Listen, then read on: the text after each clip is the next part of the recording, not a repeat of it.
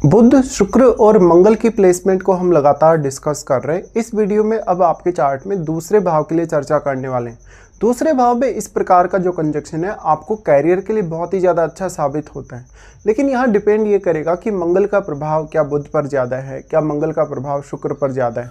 देखिए, अगर मंगल यहाँ फायरी साइन में है, अपने घरों में है, लियो साइन में है, धनु में है, तो मंगल और भी ज़्यादा प्रभावी तरीके से काम करता है और फिर मंगल का दोनों ही ग्रहों पर प्रभाव बढ़ना तय है।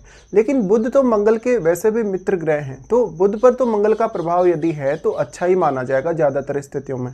बट अगर बुध अपने साइन में बैठा है तब यहाँ मंगल अच्छा काम कर सकता है बुध के साथ मिलके। वैसे मंगल और बुध में आपस में मित्रता नहीं है, लेकिन जब हम मंगल शुक्र की बात करते हैं तो फायरी साइन में शुक्र उतना अच्छा परफॉर्म नहीं करता। और अगर शुक्र मान लो धनु राशि में बैठा है, अगर शुक्र मान लो मेष राशि में बैठा है या सिंह राशि में शुक्र बैठा है, तो वहाँ भी शुक्र उतना अच्छा परफॉर्म नहीं करेगा। ऐसे केस में फिर आपको यही देखना होगा कि मंगल क्या शुक्र के बहुत ज़्यादा क्लोज है, क्योंकि फिर मंगल ही कहीं ना कहीं शुक्र को आगे बढ़ा सकता है। तो इस केस में आप बहुत ही ज़्यादा धनवान बन सकते हैं और जो धन आप कमाएंगे, जो भी संपत्ति आपकी होगी, उसको आप बहुत अच्छे से एंजॉय भी करेंगे यहाँ शुक्र के होते हुए। तो ऐसे में धन, लग्जरी, ऐशो आराम के लिए ऐसा कंजक्शन बहुत ही ज़्यादा अच्छा माना जा सकता है। अब यहाँ बुध आ गए। बुध आने से आप जो मंगल की क्वालिटीज़ हैं उनका भी बहुत बेहतर उपयोग कर सकते हैं और कहीं ना कहीं आप अपने मंगल को थोड़ा बैलेंस में भी ला सकते हैं, क्योंकि ये वाणी स्थान का कंजक्शन है और वाणी स्थान में अगर मंगल होता है तो जातक कभी कभी बहुत ज़्यादा ही उग्र होता है या उसकी वाणी बहुत ज़्यादा प्रभावशाली या उग्र होती है। लेकिन यहाँ बुध होने से आप बुध की लॉजिकल जो क्षमता है उसका प्रयोग कर सकते हो। यहाँ पे अब शुक्र से रिलेटेड चीज़ें भी पाना आपके लिए बहुत ही ज़्यादा आसान होने वाला है। साथ ही साथ बुध आपके बहुत सारे कार्यों में हेल्प करेंगे, जैसे कोई फैमिली रिलेटेड आपका बिजनेस है या आपका इवन इंडिविजुअल भी अगर कोई भी बिजनेस है। साथ ही साथ यहाँ पर वाणी की कलात्मकता और आपका जो ओवरऑल एक्टिंग की जो क्षमता है आपके अंदर, वो भी काफ़ी अच्छी हो सकती है। डिपेंड अब ये करेगा कि मंगल, बुध या शुक्र आपके चार्ट में कौन कौन से भावों को रिप्रेजेंट कर रहे हैं, क्योंकि उन भावों से आपको काफ़ी ज़्यादा लाभ होने या धन के रूप में फ़ायदा होने की संभावना है। साथ ही साथ उन भावों से जुड़े हुए कार्य या उन भावों से जुड़े हुए निर्णय आप काफ़ी तेज़ी से लेंगे और उन पर बहुत जल्दी अमल भी करेंगे। और उन भावों से रिलेटेड आप अपने जीवन में कोई भी प्रकार की अचीवमेंट पाना चाहते हैं, आप कुछ भी हासिल करना चाहते हैं, वो भी आप काफ़ी आसानी से कर सकते हैं। यहाँ पे मंगल सर्वाधिक रूप से प्रभावी रहेंगे, मंगल चाहे फायरी साइन में हैं या नहीं हैं। अगर मंगल वक्री भी हो जाते हैं या मंगल नीच की स्थिति में है या मंगल उच्च की स्थिति में है, तो भी मंगल का प्रभाव सर्वाधिक रूप से यहाँ माना ही जाए, क्योंकि मंगल काफ़ी ज़्यादा फायरी हैं, काफ़ी ज़्यादा एनर्जेटिक हैं। लेकिन क्या वो बुध पर अपना प्रभाव ज़्यादा डाल पा रहे हैं या शुक्र पर? देखिए, अगर मंगल का प्रभाव बुध पर होगा तो ये आपकी लॉजिकल क्षमता को बढ़ाएगा, आपकी बुद्धिमत्ता को बढ़ाएगा, आपके विवेक को बढ़ाएगा, आप काफ़ी ज़्यादा अच्छे से विश्लेषण कर सकेंगे। उस केस में फिर आप धन से संबंधित फैसले काफ़ी आसानी से ले पाएंगे। तो मंगल एक साइड में आपका कार्य आसान कर रहे हैं, दूसरी तरफ वो बहुत ज़्यादा आपको उग्र बना रहे हैं या पेशेंस लेवल आपका बहुत ही ज़्यादा हाई कर देते हैं। इस वजह से कभी कभी आपको इश्यूज आ जाते हैं। अब फैमिली रिलेटेड मामलों में अब आप किस तरीके से रेट करते हैं या कितना आपकी एक्सपेक्टेशन है फैमिली रिलेटेड मामलों में, ये डिपेंड करेगा कि क्या मंगल शुक्र के ज़्यादा क्लोज है या मंगल क्या बुध के ज़्यादा क्लोज है।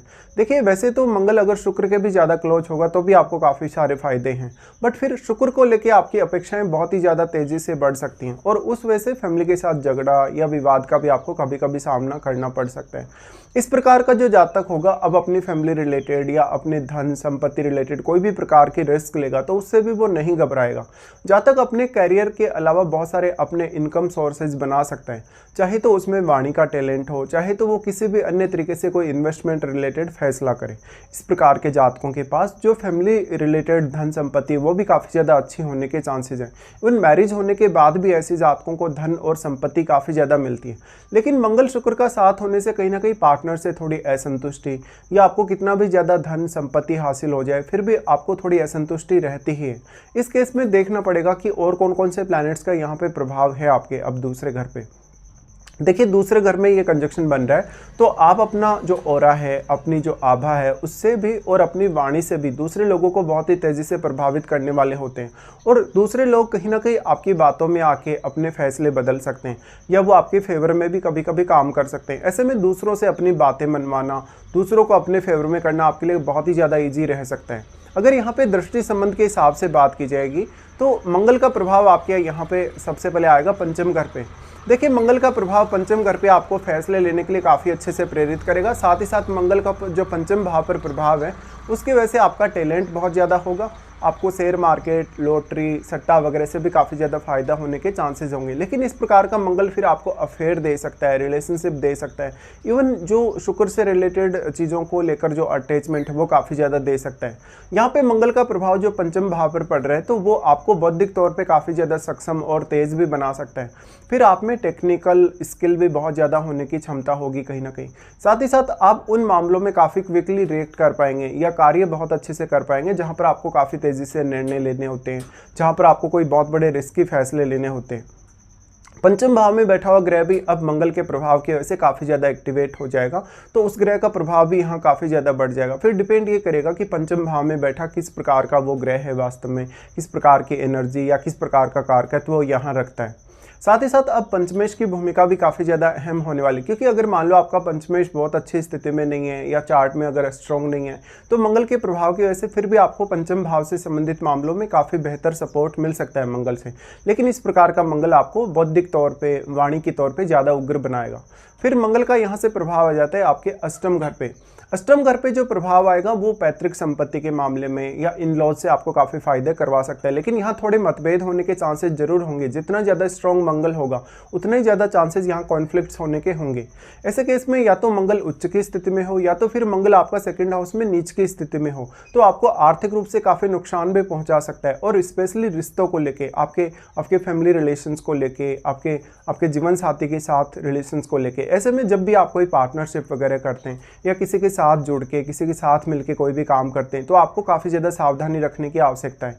ऐसा जब तक वाणी से बहुत ज़्यादा डोमिनेटिंग होगा तो दूसरों से अपनी बातें मनवाने में बहुत ही ज़्यादा सक्षम होगा। फिर भी वो कहीं ना कहीं कुछ ऐसे मामलों में गलत फैसले ले सकता है जहाँ पर उसकी एक्सपेक्टेशन काफ़ी ज़्यादा हाई है। फिर मंगल का प्रभाव आ जाता है आपके नवम घर पे। देखिए नवम घर पे जो मंगल का प्रभाव होगा वो आपको उच्च अध्ययन करने, आध्यात्मिक होने, धार्मिक विचारों के मामले में काफ़ी मदद करेगा। पूजा पाठ वगैरह करने, इस प्रकार की जो अन्य ट्रेवल हैं वो करने के लिए काफ़ी मदद करेगा। हालांकि मंगल जो पंचम भाव और अष्टम भाव दोनों पर जो दृष्टि डाल रहे हैं तो ये अकल्ट के लिए आपको काफ़ी फ़ायदा कर सकता है। आपको रिसर्च करने, कोई भी बहुत गहराई से सोचने, विचार करने, रिसर्च वगैरह करने में भी आपको काफ़ी मदद इससे मिल सकती है। वास्तव में मंगल का यहाँ जो अष्टम भाव पर प्रभाव है वहाँ बुध का भी साथ में भाव है। तो अगर आपको अष्टम भाव से रिलेटेड किसी भी प्रकार का इशू आता है, किसी भी प्रकार की कोई दिक्कत आती है, वहां पर आप अपने बुध से रिलेटेड लॉजिक का भी प्रयोग कर सकते हैं। तो अब बुध कितना ज़्यादा स्ट्रॉन्ग है, देखिए बुध अगर अपने घरों में है, जैसे मिथुन राशि में है, कन्या राशि में है, उस केस में बुध को बहुत ही ज़्यादा प्रभावी माना जाएगा। फिर ये डिपेंड करेगा कि मंगल अब कितना ज़्यादा क्लोज है बुध के, तब बुध का प्रभाव यहाँ सबसे ज़्यादा रहेगा। लेकिन फिर शुक्र की स्थिति भी आपको देखनी होगी। हो सकता है यहाँ शुक्र नीच की स्थिति में आ जाए तो फिर शुक्र का नीच भंग भी हो जाएगा। निश्चित तौर पर एक बहुत ही ज़्यादा इंटरेस्टिंग कंजक्शन ये माना जा सकता है आपके सेकेंड हाउस में। इस कंजक्शन के होते हुए आप अपने खुद के दम पे, अपने खुद के बल पे जीवन में बहुत कुछ अचीव करेंगे। लेकिन ये डिपेंड करता है कि आपकी जो अपेक्षा है उनके हिसाब से आप काम कर पा रहे हैं या नहीं कर पा रहे हैं। यहाँ पर मंगल आपको कहीं ना कहीं बहुत ज़्यादा लॉजिकल तो नहीं बनाते मंगल, बट बहुत ज़्यादा एफर्ट करवा सकते हैं, बहुत ज़्यादा डेडिकेशन दे सकते हैं, आपको कुछ भी अचीव करने के लिए काफ़ी तेज़ी से आगे बढ़ा सकते हैं। तो एक तरीके से आपके पर्सनल टैलेंट के हिसाब से ये कंजक्शन बहुत ही आपको फेवर कर सकता है। अब ज़रूरत है आपको सही दिशा में इस कंजक्शन का प्रयोग करने की, या इन प्लैनेट्स की एनर्जी का अगर आप सही दिशा में प्रयोग करते हैं तो आप अपने जीवन में काफ़ी ज़्यादा सफल हो सकते हैं और अपने जीवन में आप काफ़ी कुछ अचीव कर सकते हैं जो भी आप अपनी लाइफ में अचीव करना चाहते हैं। फिर डिपेंड ये करेगा कि इनमें से आपको किसी की महादशा है या नहीं। जैसे अगर मंगल की महादशा आपको होगी तो मंगल के प्रभाव और भी ज़्यादा स्ट्रांगली आपकी लाइफ में सामने आएंगे।